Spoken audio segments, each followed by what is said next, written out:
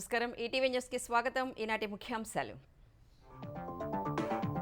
కాళేశ్వరం విద్యుత్ ప్రాజెక్టుల అవకతవకలపై విచారణ విశ్రాంత న్యాయమూర్తులతో కమిటీలు ఏర్పాటుకు తెలంగాణ మంత్రివర్గం నిర్ణయం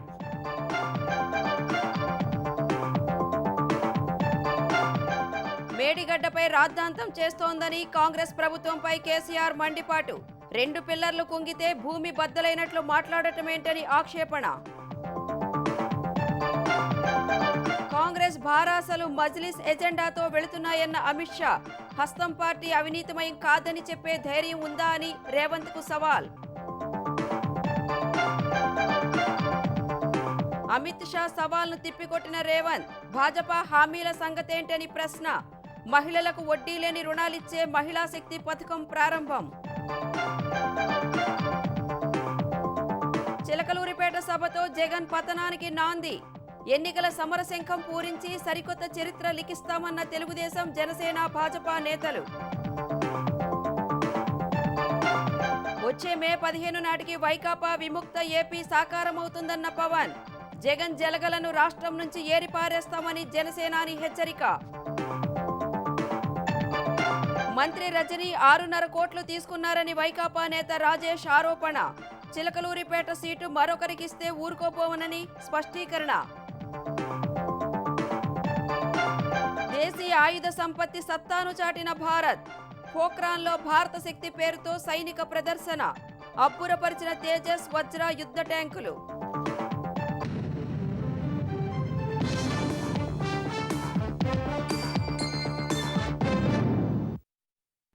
తెలంగాణలో కాళేశ్వరం సహా విద్యుత్ ప్రాజెక్టుల అవకతవకల ఆరోపణలపై విచారణకు ప్రభుత్వం విశ్రాంత న్యాయమూర్తుల నేతృత్వంలో కమిటీలను ఏర్పాటు చేసింది.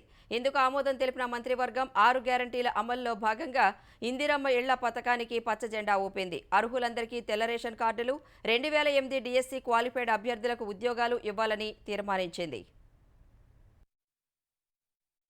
ముఖ్యమంత్రి రేవంత్ రెడ్డి అధ్యక్షతన సమావేశమైన తెలంగాణ మంత్రివర్గం పలు కీలక నిర్ణయాలకు ఆమోదం తెలిపింది. గత ప్రభుత్వ హయాంలో కాళేశ్వరం ప్రాజెక్టు సహా భద్రాద్రి, యాదాద్రి విద్యుత్తు ప్రాజెక్టుల నిర్మాణంలో అవకతవకల ఆరోపణలపై విచారణకు కమిటీల్ని ఏర్పాటు చేసింది. విశ్రాంత న్యాయమూర్తి జస్టిస్ పీసీ ఘోష్ నేతృత్వంలో కాళేశ్వరంపై విచారణ కమిటీ వేసిన కేబినెట్ 100 రోజుల్లో విచారణ పూర్తి చేయాలని సూచించింది. భద్రాద్రి, యాదాద్రి విద్యుత్తు ప్రాజెక్టులపై విచారణకు విశ్రాంత జడ్జి జస్టిస్ ఎల్ నరసింహారెడ్డి నేతృత్వంలో విచారణ చేపట్టాలని నిర్ణయించింది. ఛత్తీస్గఢ్లో విద్యుత్ కొనుగోళ్ల అంశంపైన విచారణకు కేబినెట్ నిర్ణయించింది. జస్టిస్ పినాకిని చంద్రఘోష్ గారిని, former SC judge, former Lokpal of India, వీరిని విచారణ కమిటీకి చైర్మన్ గా వీరిని ఏర్పాటు చేసుకోవడం జరిగింది. భద్రాద్రి కొత్తగూడెం, ఏలాద్రి నల్గొండరి ఈ 2 ప్రాజెక్టుల మీద రిటైర్డ్ జస్టిస్ ఎల్ నరసింహారెడ్డి గారిని చైర్మన్ గా పెట్టి దీనికి సంబంధించిన అంశాలన్నిటినీ ఏదైతే ఆనాడు ఛత్తీస్గఢ్ లో 1000 మెగావాట్ పవర్ ని ఓపెన్ టెండర్ సిస్టమ్ తో కాకుండా నామినేట్ సిస్టమ్ తో కొని దానిని యూటిలైజేషన్ చేయకుండానే దళారులకి ఆ డబ్బు ఆనాటి ప్రభుత్వం చెల్లించిందో ఆ అంశంపై కూడా పూర్తి విచారించడానికి జస్టిస్ రిటైర్డ్ ఎల్ నరసింహారెడ్డి గారిని దీనికి కూడా నియమించుకోవడం జరిగింది. అర్హులందరికీ తెల్ల రేషన్ కార్డులు ఇవ్వాలని నిర్ణయించిన మంత్రివర్గం ఇందిరమ్మ ఇళ్ల పథకానికి ఆమోదం తెలిపింది. మొదటి విడతగా 4,56,000 ఇళ్లు ఇవ్వాలని నిర్ణయించింది. ఓఆర్ఆర్ చుట్టూ జిల్లాల వారీగా స్వయం సహాయక సంఘాలకు మార్కెటింగ్ సౌకర్యం కల్పించాలని మంత్రివర్గం నిర్ణయించింది. ఓఆర్ఆర్ చుట్టూ జిల్లాల వారీగా 25 నుంచి 30 ఎకరాల్లో స్వయం సహాయక సంఘాలు తమ ఉత్పత్తుల్ని విక్రయించుకునే సౌకర్యం కల్పించాలని నిర్ణయం తీసుకుంది. ఓబీసీ, ఎస్సీ, ఎస్టీ సహా 16 కార్పొరేషన్ల ఏర్పాటుకు కేబినెట్ ఆమోదం తెలిపింది. 2008 డిఎస్సి క్వాలిఫైడ్ అభ్యర్థులకు ఉద్యోగాలు ఇవ్వాలని నిర్ణయించిన మంత్రివర్గం మినిమం టైం స్కేల్తో ఉద్యోగాలు ఇచ్చేందుకు సిద్ధమైంది. తెలంగాణలో వచ్చే 5 ఏళ్లలో 1 కోటి మంది మహిళలను కోటీశ్వర్లుగా చేయడమే లక్ష్యంగా పనిచేస్తామని ముఖ్యమంత్రి రేవంత్ రెడ్డి చెప్పారు. సికింద్రాబాద్ పరేడ్ గ్రౌండ్స్ వేదికగా మహిళా శక్తి పథకం ప్రారంభించిన సీఎం ఆడబిడ్డలను కోటీశ్వర్లను చేస్తే తెలంగాణ ధనిక రాష్ట్రం అవుతుందన్నారు. మహిళా శక్తి పథకం ద్వారా మహిళలకు వడ్డీ లేని రుణాలు ఇవ్వనుండగా వచ్చే 5 ఏళ్లలో 1,00,000 కోట్ల ఆర్థిక సహకారం అందిస్తామని తెలిపారు. మహిళా సంఘాల సభ్యులకు నైపుణ్య శిక్షణ, ఉత్పత్తులకు బ్రాండింగ్ కల్పన వంటి చర్యలు చేపడతామన్నారు. స్వయం సహాయక సంఘాల మహిళల రుణాలకు బీమా పథకం పథకాన్ని కూడా ప్రారంభించారు. స్వయం సహాయక సంఘాల్లోని 63.86 లక్షల మంది మహిళలకు ఒక్కొక్కరికి 10 లక్షల చొప్పున జీవిత బీమా సౌకర్యం కల్పిస్తున్నట్లు రేవంత్ వివరించారు. అన్ని ప్రభుత్వ పాఠశాలల్లో పారిశుద్ధ్యం నిర్వహణను మహిళా సంఘాలకు అప్పగిస్తామన్న ఆయన మధ్యాహ్న భోజన పథకాన్ని కూడా అప్పగిస్తామని చెప్పారు. ఇదే సమయంలో విపక్షాల తీరుపై మండిపడిన రేవంత్ రెడ్డి మహిళలకు అమలు చేస్తున్న పథకాలను అడ్డుకునే ప్రయత్నం చేస్తున్నారని ఆరోపించారు. గత ప్రభుత్వం తమపై 7 లక్షల కోట్ల అప్పును రుద్దినప్పటికీ ఒక్కొక్కటిగా హామీలను అమలు చేస్తున్నామని వివరించారు. 63 లక్షలు కాదు, 1 కోటి మంది మహిళా సభ్యులు మన సంఘాలలో చేరాలి. 1 కోటి మందిని ఒక్కొక్కరిని కోటీశ్వరాలను చేసే బాధ్యత నేను తీసుకుంటా. నెల రోజులు తిరిగే లోపల శిల్పారామం పక్కన మా మహాలక్ష్మి గ్రూప్లకు స్టాళ్ళు ఉంటాయి. మీరు తయారు చేసిన వాటిని అక్కడ అమ్ముకునే విధంగా పూర్తి స్థాయిలో వ్యవస్థను ఏర్పాటు చేసే బాధ్యత నేను తీసుకుంటా. మరి ఇవాళ కేసీఆర్, కేటీఆర్, హరీష్ రావు, కవితమ్మ అంటారు రేవంత్ రెడ్డిని ఓడగొట్టాలి, కాంగ్రెస్ను పడగొట్టాలి. నేను అడగదలుచుకున్న మా అక్కల్ని, ఏం పాపం చేసిన అక్క నేను? మా అక్కలు చెల్లెళ్ళు బాగుండాలని మేము కోరుకుంటే తప్ప, మీ సోదరుడుగా వ్యవసాయ కుటుంబం నుంచి వచ్చిన నేను రాష్ట్ర ముఖ్యమంత్రి అయితే చూసి ఓర్వలేకపోతున్నారు. దొరలే కూర్చోవాలి నా కుర్చీలా, వ్యవసాయదారులు కూర్చోవద్దా అని నేను అడుగుతున్నా. కాళేశ్వరం ప్రాజెక్టులో 3 పిల్లర్ల కింద ఇసుక జారిపోతే బ్రహ్మాండం బద్దలైనట్లు ప్రచారం చేస్తున్నారని భారాస అధినేత కేసీఆర్ విమర్శించారు. కరీంనగర్లో జరిగిన భారాస కథనభేరి సభలో పాల్గొన్న కేసీఆర్ 2-3 రోజుల్లో కాళేశ్వరం ప్రాజెక్టుపై సమగ్ర వివరణ ఇస్తానని చెప్పారు. 2001 మేలో కరీంనగర్ నుంచే సింహగర్జన సభతో తెలంగాణ ఉద్యమం ప్రారంభించినట్లు వివరించారు. ఆశకు పోయి కాంగ్రెస్ను గెలిపిస్తే గ్యారంటీల అమలు వదిలి ఢిల్లీకి సూట్ కేసులు మోస్తున్నారని కేసీఆర్ విమర్శించారు. అహోరాత్రులు కష్టపడి ఇంటింటికి మిషన్ భగీరథ నీళ్లు రెప్పపాటు పోకుండా కరెంటు ఇచ్చినట్లు కేసీఆర్ గుర్తు చేశారు. ఇప్పుడు కాంగ్రెస్ ప్రభుత్వం రాగానే కరెంటు బంద్ అయిపోయిందని, రైతు బంధు నిలిచిపోయిందని విమర్శించారు. మరోసారి కాంగ్రెస్కు ఓటేస్తే రైతు బంధు, కరెంటు, నీళ్లు ఇవ్వకపోయినా పర్వాలేదనే సంకేతాలు వెళ్తాయని కేసీఆర్ ప్రజలను హెచ్చరించారు. కాళేశ్వరం ప్రాజెక్ట్ దానిలో మేడిగడ్డ బ్యారేజ్ 100 కాంపోనెంట్లలో అదొక చిన్న కాంపోనెంట్. దాంట్లో కొంచెం ఇసుక జారి 2 పిల్లర్లు కుంగినాయి. ఇంతసేపు కేసీఆర్ని మన బదనాం చేయొచ్చా?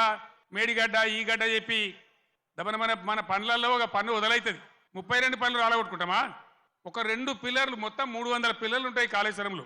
అలా కలిసే నదుల మీద, ఉపనదుల మీద, మెయిన్ గోదావరి మీద 300 పైచిలకు పిల్లర్లు ఉండేటువంటి కాళేశ్వరం ప్రాజెక్టులో 2 పిల్లర్లు కుంగిపోయినాయని అది భారతదేశమే మునిగిపోతున్నంత బొబ్బ చేసి కేసీఆర్ మీద బదనాం పెట్టాలనే పద్ధతిలో ఇలా చిల్లర రాజకీయం చేస్తూ ఉన్నారు తప్ప, మరి రైతుల మంచినీళ్ళు ఇలా మార్చి 10-12కే ఇట్లా ఉంటే రేపు ఏప్రిల్ మే నెలలో ఏం కావాలి మన గతి?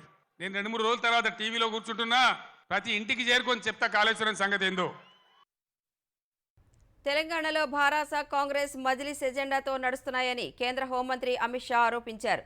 ఓటు బ్యాంకు రాజకీయాల కోసం 3 పార్టీలు పనిచేస్తున్నాయన్న ఆయన కాంగ్రెస్, భారాస లక్షల కోట్ల కుంభకోణాలు చేశాయని విమర్శించారు. అవినీతి, కుటుంబ పాలన సాగించే పార్టీలతో దేశం, రాష్ట్రాభివృద్ధి సాధ్యం కాదని పేర్కొన్నారు. కాంగ్రెస్ అవినీతికి పాల్పడలేదని చెప్పే ధైర్యం రేవంత్ రెడ్డికి ఉందా అని సవాల్ విసిరారు. సార్వత్రిక ఎన్నికలు సమీపిస్తున్న వేళ తెలంగాణ పర్యటనకు వచ్చిన కేంద్ర హోంమంత్రి అమిత్ షా మొదట సికింద్రాబాద్లో పార్టీ సామాజిక మాధ్యమాల ఇన్ఛార్జీలతో సమావేశమయ్యారు. కేంద్రంలో 10 ఏళ్లుగా మోదీ అవినీతి రహిత పాలన అందిస్తున్నారని వివరించిన అమిత్ షా ఆయన మరోసారి ప్రధానిగా వస్తే అతిపెద్ద ఆర్థిక వ్యవస్థగా భారత్ అవతరిస్తుందని విశ్వాసం వ్యక్తం చేశారు. ఈ 10 ఏళ్లలో ఎన్నో సాహసోపేతమైన నిర్ణయాలు తీసుకున్నామన్న షా మేనిఫెస్టోలో హామీలన్నీ నెరవేరుస్తున్నామని చెప్పారు. మోదీ నేతృత్వంలో భారత్ విశ్వగురుగా ఎదిగిందని వివరించారు. వచ్చే ఎన్నికల్లోనూ భాజపాది అధికారమన్న అమిత్ షా మోదీని 3వ ప్రధానిగా చూడాలనే లక్ష్యంతో ప్రజలు ఉన్నారని తెలిపారు. चुनाव तेलंगाना में भारतीय जनता पार्टी को और मजबूत कर 12 से ज्यादा सीटें भारतीय जनता पार्टी की जिताने का चुनाव। हम सब 400 पार का लक्ष्य तो याद रखें, परंतु ये 400 में 12 कमल यहाँ से दिल्ली भेजने का काम तेलंगाना की। ये 10 साल के अंदर नरेंद्र मोदी जी ने देश को राजनीतिक स्थिरता देने का काम किया है, भ्रष्टाचार मुक्त शासन दिया है। मोदी जी के ये 10 साल सारे वादों के समाप्ति के 10 साल है। తర్వాత హైదరాబాద్ ఎల్బీ స్టేడియంలో భాజపా పోలింగ్ కేంద్రం స్థాయి అధ్యక్షుల విజయ సంకల్ప సమ్మేళనంలో పాల్గొన్న అమిత్ షా భారాస, కాంగ్రెస్, మజ్లిస్ పై విమర్శలు ఎక్కుపెట్టారు. కాంగ్రెస్, భారాస అవినీతి పార్టీలంటూ తీవ్రస్థాయిలో ఆరోపణలు గుప్పించారు. సీఏఏతో మైనార్టీల పౌరసత్వానికి ఎలాంటి ప్రమాదం లేదన్న షా కాంగ్రెస్, ఎంఐఎం నేతలు అసత్యాలు ప్రచారం చేస్తున్నాయని దుయ్యబట్టారు. दोनों मजलिस से निजाम के प्रभाव से तेलंगाना को मुक्त कर सकते हैं क्या? दोनों मजलिस के एजेंडा पर चलते हैं। कांग्रेस और टीआरएस भ्रष्टाचार में लिप्त पार्टियां। रेवंत रेड्डी मेरी बात का जवाब दे। अगर साहस है तो कल प्रेस कॉन्फ्रेंस कर कहे कि अमित भाई ने जो कहा वो गलत है। एक कांग्रेस पार्टी ने ये 12 लाख करोड़ के घपले घोटाले और भ्रष्टाचार करने वाली कांग्रेस पार्टी और दूसरी ओर भ्रष्टाचार रचित समिति बीआरएस, मियापुर जमीन का घोटाला, आउटर रिंग रोड घोटाला, कालेश्वर परियोजना घोटाला 40,000 करोड़ का, कविता के नाम पर शराब घोटाला या हजारों लाखों करोड़ के घपले घोटाले करने वाली एक कांग्रेस पार्टी और टीआरएस तेलंगाना और देश का भला कर सकते हैं क्या? అనంతరం భాగ్యలక్ష్మి ఆలయాన్ని సందర్శించిన అమిత్ షా అమ్మవారికి ప్రత్యేక పూజలు నిర్వహించారు. తర్వాత ఢిల్లీ వెళ్లారు. దేశంలో ప్రజలను ఓట్లు అడిగే హక్కు భాజపాకు ఎక్కడుందని సీఎం రేవంత్ రెడ్డి ప్రశ్నించారు. చాలా హామీలను గాలి కొదిలేస్తుందని ధ్వజమెత్తిన సీఎం రైతులు, నిరుద్యోగులను నిలువునా మోసం చేశారని మండిపడ్డారు. 10 ఏళ్ళు మీ నరేంద్ర మోడీ ప్రధానమంత్రి కాదా? రైతు ఆదాయం రెండింతలు చేస్తా అన్నారు. ఉన్న దివాలా తీపించిన ఇవాళ రైతులు చచ్చిపోతున్నారు. పేద ప్రతి వాడికి 2022 వరకు అందరికి ఇల్లు ఇస్తున్నారు. ఇవాళ ఇండ్లు లేక గుడిసెలలో బతుకుతున్నారు. స్విస్ బ్యాంకులో ఉన్న లక్షల కోట్ల రూపాయలు తెచ్చి 15 లక్షల రూపాయలు ప్రతి పేదవాడి ఖాతా వేస్తా అన్నాడు. సిల్లి గవర్నర్ వేసిండా? సంవత్సరానికి 2 కోట్ల ఉద్యోగాలు ఇస్తా అన్నాడు. 10 ఏళ్ళైంది. 20 కోట్ల ఉద్యోగాలు ఇవ్వాలి. నా తెలంగాణకు 70 లక్షల ఉద్యోగాలు వస్తాయి. 30 లక్షల మంది నిరుద్యోగ యువకులు నమోదు చేయించుకొని రోడ్ల మీద తిరుగుతున్నారు. ఒక్కనికన్నా ఉద్యోగం ఇచ్చిండా నరేంద్ర మోడీ? తెలంగాణలో నీకు ఓట్లు వేయాలన్నా ఏంటి చేయాలి? ఆంధ్రప్రదేశ్ పునర్నిర్మాణం కోసమే జనసేన భాజపాతో పొత్తు పెట్టుకున్నట్లు తెలుగుదేశం అధినేత చంద్రబాబు మరోసారి స్పష్టం చేశారు. రాష్ట్ర వ్యాప్తంగా పోలింగ్ కేంద్రం స్థాయి కార్యకర్తలు, నాయకులతో టెలికాన్ఫరెన్స్ నిర్వహించిన చంద్రబాబు వైకాపా విధ్వంస పాలన నుంచి రాష్ట్రాన్ని కాపాడుకోవడం కోసం 3 పార్టీలు మళ్లీ చేతులు కలిపాయన్నారు. కింది స్థాయిలో నేతలు, కార్యకర్తలు కూడా విభేదాలను పక్కన పెట్టి గెలుపు ఒక్కటే లక్ష్యంగా పనిచేయాలని సూచించారు. ఈ ఎన్నికల్లో ప్రతి ఓటు, ప్రతి సీటు ముఖ్యమేనన్న చంద్రబాబు వాడవాడలా 3 పార్టీలు కలిసి సాగాలన్నారు. జగన్ రాష్ట్రాన్ని పూర్తిగా విధ్వంసం చేశారని ధ్వజమెత్తారు. రాష్ట్రాన్ని గాడిన పెట్టాలంటే కేంద్ర సహకారం అవసరమని పేర్కొన్నారు. పోలవరం పూర్తి చేయడానికి, రాజధాని నిర్మాణానికి, పెట్టుబడులు, ఉద్యోగాలు, మౌలిక సదుపాయాల కల్పనకు కేంద్రం సాయం అవసరమన్న చంద్రబాబు తెలుగుదేశం భాగస్వామిగా ఉన్న ప్రతి సందర్భంలో రాష్ట్రానికి న్యాయం జరిగిందని గుర్తు చేశారు. వచ్చే ఎన్నికల్లో వైకాపాని చిత్తుగా ఓడించి కూటమి 160కి పైగా సీట్లు సాధించాలన్నారు. జగన్ ప్రజల్ని నమ్ముకోలేదని, పోలింగ్లో అక్రమాలని నమ్ముకున్నారని తెలిపారు. పార్టీ నేతలు, అభ్యర్థులు ప్రతి అంశాన్ని ఈసీ దృష్టికి తేవాలన్న చంద్రబాబు షెడ్యూల్ వచ్చాక వైకాపా ఆగడాలు, తప్పుడు అధికారుల ఆటలు సాగవని వివరించారు. తెలుగుదేశం, జనసేన, భాజపా కూటమి తొలి సభను విజయవంతం చేయాలని తెలుగుదేశం జాతీయ ప్రధాన కార్యదర్శి నారా లోకేష్ ఆదేశించారు. ఎన్నికల సమరశంఖం పూరించే ఈ సభ ద్వారా సరికొత్త చరిత్ర సృష్టించాలని నేతలకు దిశానిర్దేశం చేశారు. లోకేష్ నేతృత్వంలో చిలకలూరిపేట బహిరంగ సభ నిర్వహణ కమిటీ సమావేశం జరగగా ఏర్పాట్ల కోసం రేపు ఉదయం భూమి పూజ చేయాలని నిర్ణయించారు. చిలకలూరిపేట సభ ద్వారా జగన్ పతనానికి నాంది పలుకుతామని సమావేశం తర్వాత 3 పార్టీల నేతలు తెలిపారు. ఆర్టీసీతో సమన్వయం చేసుకుని డిపోల వారీగా బస్సులు అడుగుతామని చెప్పారు. సమయం తక్కువే ఉన్నా మెరుగైన ఏర్పాట్లు చేస్తామని పేర్కొన్నారు. అటు చిలకలూరిపేట సభకు అవసరమైన సామాగ్రి తరలించారు. ప్రధాన వేదిక నిర్మాణ పనులు మొదలవగా బ్యారికేడ్లు, వీవీఐపీల కోసం ప్రత్యేక టెంట్లు ఏర్పాటు చేస్తున్నారు. ప్రధాని వస్తున్నందున 3 హెలిప్యాడ్లు ఏర్పాటు చేస్తున్నారు. ఇప్పటికే ఒక హెలిప్యాడ్ నిర్మాణం పూర్తయింది. సిద్ధం అంటున్న సీఎం జగన్ కు యుద్ధాన్నే ఇద్దామని జనసేన అధినేత పవన్ కళ్యాణ్ పునరుద్ఘాటించారు. మంగళగిరిలోని జనసేన కార్యాలయంలో జరిగిన కార్యక్రమంలో మాజీ ఎమ్మెల్యే రామాంజనేయులను పార్టీలో చేర్చుకున్నారు. ఆయన రాక జనసేనకు చాలా కీలకమని పవన్ చెప్పారు. 2019 ఎన్నికల్లో ఓడినా జనం గుండెల్లో స్థానం మరింత బలాన్ని ఇచ్చిందన్నారు. భీమవరంలో ఓడిన వ్యక్తి అలయన్స్ను ముందుకు తీసుకువెళ్లడంలో కీలకంగా మారాడని తెలిపారు. ఒక్కరి వద్ద డబ్బు, అక్రమ అధికారం, కిరాయి సైన్యం చేరితే ఎవరూ బతకలేరని అన్నారు. భీమవరంలో ఉండే కుబేరులు ఓ రౌడీ ఎమ్మెల్యేకు భయపడాల్సి వస్తోందని మండిపడ్డారు. వచ్చే ఎన్నికల్లో భీమవరంలో జనసేన గెలిచి తీరాలని పవన్ అన్నారు. తాడేపల్లిగూడెం సభలో యుద్ధంనే ప్రకటించాను. సిద్ధమని ఆయన చిన్న కోకిల కోస్తున్నాడు కదా. ఆయనకి యుద్ధం తాలూకు అంతిమ లక్ష్యం ప్రభుత్వాన్ని మార్చేలా చేయటం. జగన్కి ఆ యుద్ధం ఇద్దాం. నేను తీసుకున్నది తక్కువ ఎక్కువ ఇవన్నీ మర్చిపోండి. 175 సీట్లు జనసేన పోటీ చేస్తుంది, 175 సీట్లో భారతీయ జనతా పార్టీ పోటీ చేస్తుంది, 175 సీట్లో తెలుగుదేశం పోటీ చేస్తుంది. ఎందుకంటే ఈసారి జగన్ తాలూకు పార్టీని పక్కన పెట్టకపోతే రాష్ట్రానికి కాదు దేశానికే హాని. అది జగన్ తాలూకు జలగలు ఏవైతే ఉన్నాయో ప్రతి చోట ఆ జలగలను తీసి పడేస్తాం, భీమవరంలో ఉండే జలగతో సహా. ముఖ్యంగా భీమవరంలో కావాల్సింది రౌడిజంని కట్టడి చేయాల్సిన అవసరం చాలా. మీరు గొడవలకి సై అంటే దానికి రెండింతలు సై అని చెప్తాను, గుర్తుపెట్టుకోండి. పల్నాడు జిల్లా వైకాపాలో అలజడి రేగింది. చిలకలూరిపేట ఇన్ఛార్జ్ మల్లెల రాజేష్ నాయుడు మంత్రి విడుదల రజని సీటు కోసం తన వద్ద భారీగా డబ్బులు తీసుకున్నట్లు ఆరోపించారు. నియోజకవర్గంలో తనను తప్పించి వేరే వారికి టికెట్ ఇస్తారని ప్రచారంతో స్థానిక వైకాపా కార్యాలయంలో నిర్వహించిన కార్యకర్తల సమావేశంలో పాల్గొన్న రాజేష్ మంత్రి రజని వైకాపా అగ్రనాయకత్వంపై ఆరోపణలు గుప్పించారు. మంత్రి రజని తన వద్ద 6.5 కోట్లు తీసుకున్నట్లు ఆరోపించారు. ఈ విషయం సజ్జల రామకృష్ణారెడ్డికి చెబితే కేవలం 3 కోట్లు వెనక్కి ఇప్పించారని, మిగతా డబ్బులు ఇవ్వకుండా రజని మోసం చేశారని చెప్పారు. మంత్రి రజనీకి సత్తా ఉంటే చిలకలూరిపేటలో పోటీ చేయాలని రాజేష్ సవాల్ విసిరారు. నియోజకవర్గ టికెట్ బయట వారికి ఇస్తే ఊరుకునేది లేదన్నారు. మరి రాజశేఖర్ కు టికెట్ ఇస్తే తానే 20 కోట్లు ఖర్చు పెట్టి గెలిపిస్తానని రాజేష్ అన్నారు. మరి మా వైస్ చైర్మన్ కొలిసారి శ్రీనివాసరావు గారు 6.5 కోట్ల పైన తీసుకొని 3 కోట్లు ఇచ్చి 2.5 కోట్లకు కొట్టి ఈ రోజు పోయి గుంటూరులో కూర్చుంది. కాదని ఆయన ద్వారా అడగండి. నాకు 6.5 కోట్లు ఇవ్వాలి. నేను ఇందాక సజ్జల దగ్గర అడిగితే అమ్మాయి ఇచ్చింది, వదిలేయన్ని ఎమ్మెల్యేలు మాకొద్దు.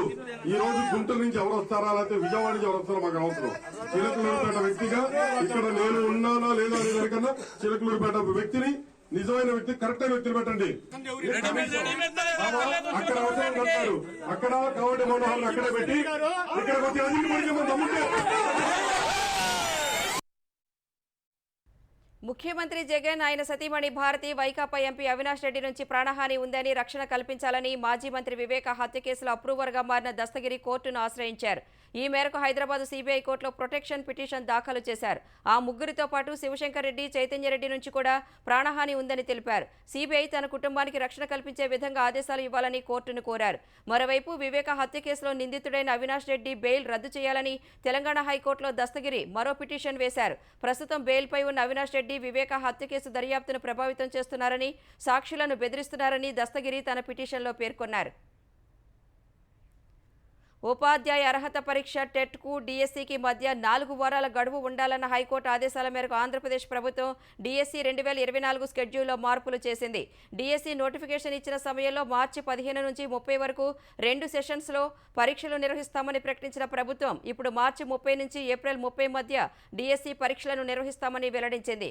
మొత్తం 14 రోజులు ఈ పరీక్షలను 2 సెషన్స్లో నిర్వహిస్తామని ఆంధ్రప్రదేశ్ విద్యాశాఖ మంత్రి బొత్స సత్యనారాయణ తెలిపారు. ఈ పరీక్షకు దరఖాస్తు చేసుకున్న అభ్యర్థులు మార్చి 25 నుంచి హాల్ టికెట్లు ఆన్లైన్లో డౌన్లోడ్ చేసుకోవచ్చని వెల్లడించారు. టెట్ ఫలితాలు మార్చి 14న విడుదల చేస్తామని తెలిపారు. విజయవాడలో కృష్ణానది తీరం వెంట కట్టిన రక్షణ గోడను సీఎం జగన్ ప్రారంభించారు. కృష్ణానదికి 2 వైపులా 500 కోట్ల రూపాయలతో రక్షణ గోడ, కరకట్ట నిర్మిస్తున్నట్లు సీఎం తెలిపారు. ఇదే సమయంలో కృష్ణా తీరం వెంట పార్కుల నిర్మాణం, సుందరీకరణ పనులు ప్రారంభించిన సీఎం విజయవాడలో 31,866 మంది పేదల ఇళ్ల స్థలాలకు సంపూర్ణ హక్కులు కల్పిస్తూ పట్టాల జారీని ప్రారంభించారు. 22A కింద నిషిద్ధ జాబితాలో ఇళ్ల స్థలాలు ఉన్న పేదలకు సంపూర్ణ హక్కులు కల్పించి వాటిని రిజిస్ట్రేషన్ చేసి అమ్ముకునే హక్కు కల్పించే విధంగా పట్టాలు పంపిణీ చేస్తున్నట్లు సీఎం తెలిపారు. కృష్ణా తీరం వెంట 239 కోట్లతో మురుగునీటి శుద్ధి కేంద్రాల ఏర్పాటుకు శంకుస్థాపన చేశారు. ఓఎన్జీసీ పైప్లైన్ పనుల కారణంగా జీవనోపాధి కోల్పోయిన మత్స్యకార కుటుంబాలకు పరిహారాన్ని ఆంధ్రప్రదేశ్ ప్రభుత్వం చెల్లించింది. కోనసీమ, కాకినాడ జిల్లాలోని 23,458 మత్స్యకార కుటుంబాలకు పరిహారాన్ని సీఎం విడుదల చేశారు. 5వ విడతగా ఒక్కొక్కరికి నెలకు 11,500 చొప్పున 6 నెలలకు 69,000 పరిహారం ఇచ్చారు. మొత్తంగా 161.86 కోట్ల ఆర్థిక సాయాన్ని విడుదల చేశారు. ఓఎన్జీసీకి సంబంధించి ఇప్పటి వరకు 5 విడతలుగా 647 కోట్ల రూపాయల పరిహారం ఇచ్చినట్లు సీఎం తెలిపారు. టీఎస్ఆర్టీసీ హైదరాబాద్లో కొత్తగా 25 ఎలక్ట్రిక్ బస్సులను అందుబాటులోకి తెచ్చింది. ఉప ముఖ్యమంత్రి బట్టి విక్రమార్క, రవాణా శాఖ మంత్రి పొన్నం ప్రభాకర్, రోడ్లు భవనాల శాఖ మంత్రి కోమటిరెడ్డి వెంకటరెడ్డి అంబేద్కర్ విగ్రహం వద్ద 25 ఎలక్ట్రిక్ బస్సులను ప్రారంభించారు. అనంతరం నిర్వహించిన సభలో మాట్లాడిన మంత్రులు గత ప్రభుత్వ పాలనలో ఆర్టీసీ ఉద్యోగులకు జీతాలు అందని దుర్భర పరిస్థితిని చూశామని గుర్తు చేశారు. ప్రస్తుతం ఆ పరిస్థితి మార్చి 1వ తేదీనే జీతాలు ఇచ్చే పరిస్థితికి తెచ్చామని వారు వివరించారు. ఆర్టీసీ కార్మికులకు రావాల్సిన అన్ని బకాయిలను చెల్లించేందుకు తమ ప్రభుత్వం కృషి చేస్తోందన్నారు. అనంతరం మంత్రులు ఆ బస్సుల్లో సచివాలయానికి వెళ్లారు. ఓ బస్సును మంత్రి కోమటిరెడ్డి వెంకటరెడ్డి స్వయంగా నడిపారు. దేశీయంగా ఆధునిక ఆయుధ సంపత్తిని అభివృద్ధి చేసిన భారత్ అవి సామర్థ్యంలో కూడా అత్యుత్తమమని ప్రపంచానికి చాటింది.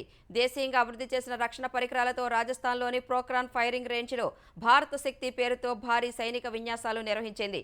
50 నిమిషాల పాటు త్రివిధ దళాలు సమన్వయంతో నిర్వహించిన ప్రదర్శనను ప్రధాని మోదీ 30 దేశాల ప్రతినిధులు తిలకించారు. ఇందులో దేశీయ తయారీ తేజస్ యుద్ధ విమానాలు, శత్రు శిబిరాలు, బంకర్లను ధ్వంసం చేసే ప్రదర్శన, గ్రాడ్ BM-21 రాకెట్ లాంచర్లు, ధనుష్, షారంగ్ గన్ వ్యవస్థ శత్రువులపై విరుచుకుపడే తీరు ఆకట్టుకుంది. వైమానిక దళానికి చెందిన తేలికపాటి యుద్ధ హెలికాప్టర్ LH Mark 4 శిక్రా మానవరహిత విమానం, శత్రువులు పంపే డ్రోన్లను అడ్డుకుని ధ్వంసం చేసే నేవల్ యాంటీ డ్రోన్ సిస్టమ్ ప్రదర్శనలు అబ్బురపరిచాయి. దేశవ్యాప్తంగా 85,000 కోట్ల రూపాయల విలువైన రైల్వే అభివృద్ధి పనులను ప్రధాని మోదీ గుజరాత్లోని అహ్మదాబాద్ నుంచి ప్రారంభించారు. ఇదే వేదిక నుంచి దేశవ్యాప్తంగా 10 వందే భారత్ ఎక్స్ప్రెస్లను వర్చువల్గా ప్రారంభించారు. సికింద్రాబాద్ విశాఖ మధ్య 2వ వందే భారత్ ఎక్స్ప్రెస్, విశాఖ భువనేశ్వర్ మధ్య వందే భారత్ ఎక్స్ప్రెస్లు వీటిలో ఉన్నాయి. భారత్ను యువకుల దేశంగా అభివర్ణించిన ప్రధాని తాము వేసే పునాదులు యువత దివ్యమైన భవిష్యత్తుకు గ్యారంటీ అని చెప్పారు. హర్యానా నూతన ముఖ్యమంత్రిగా ఆ రాష్ట్ర భాజపా అధ్యక్షుడు కురుక్షేత్ర ఎంపీ నాయబ్ సింగ్ సైని ప్రమాణ స్వీకారం చేశారు. రాజ్భవన్లో జరిగిన కార్యక్రమంలో గవర్నర్ బండారు దత్తాత్రేయ సైనితో ముఖ్యమంత్రిగా ప్రమాణం చేయించారు. ఉదయం మనోహర్ లాల్ ఖట్టర్ ఆయన మంత్రివర్గ సహచరులు రాజీనామా చేయగా గవర్నర్ ఆమోదం తెలిపారు. ఖట్టర్ లోక్సభకు పోటీ చేయవచ్చని తెలుస్తోంది. ఇప్పటి వరకు దుష్యంత్ చౌతాలా నేతృత్వంలోని జననాయక జనతా పార్టీ జేజేపీతో కలిసి సంకీర్ణ ప్రభుత్వం నడిపిన భాజపా ఇప్పుడు స్వతంత్ర ఎమ్మెల్యేల మద్దతుతో సొంతంగా ప్రభుత్వం ఏర్పాటు చేసింది. లోక్సభ సీట్ల సర్దుబాటుపై విభేదాలతో జేజేపీతో పొత్తుకు భాజపా స్వస్తి పలికింది. సుప్రీంకోర్టు ఆదేశాల మేరకు state bank of India SBI ఎన్నికల బాండ్ల వివరాలను ఎన్నికల సంఘానికి సమర్పించింది. ఎన్నికల బాండ్ల వివరాలను వెల్లడించడానికి గడువును జూన్ 30 వరకు పొడిగించాలంటూ SBI చేసిన విజ్ఞప్తిని సోమవారం సుప్రీంకోర్టు తోసిపుచ్చింది. మంగళవారం లోపు పూర్తి వివరాలు ఈసీకి సమర్పించాలని స్పష్టమైన ఆదేశాలు ఇచ్చింది. ఈ ఆదేశాలకు అనుగుణంగా ఎన్నికల బాండ్ల వివరాలను SBI ఇవాళ ఈసీకి సమర్పించింది. లోక్సభ ఎన్నికల్లో పోటీ చేసే 43 అభ్యర్థులతో రెండో జాబితాను కాంగ్రెస్ వెల్లడించింది. 5 రాష్ట్రాలు, 1 కేంద్రపాలిత ప్రాంతాల్లో పోటీ చేసే అభ్యర్థులతో ఈ జాబితాను ప్రకటించింది. మధ్యప్రదేశ్ మాజీ సీఎం కమల్నాథ్ కుమారుడు నకుల్నాథ్ చిందవాడ నుంచి మరోసారి పోటీ చేయనున్నారు. రాజస్థాన్ మాజీ ఎంపీ అశోక్ గెహ్లోత్ కుమారుడు వైభవ్ గెహ్లోత్ జలోర్, అస్సోంలోని జోర్హాట్ నుంచి గౌరవ్ గగోయ్ బరిలోకి దిగనున్నారు.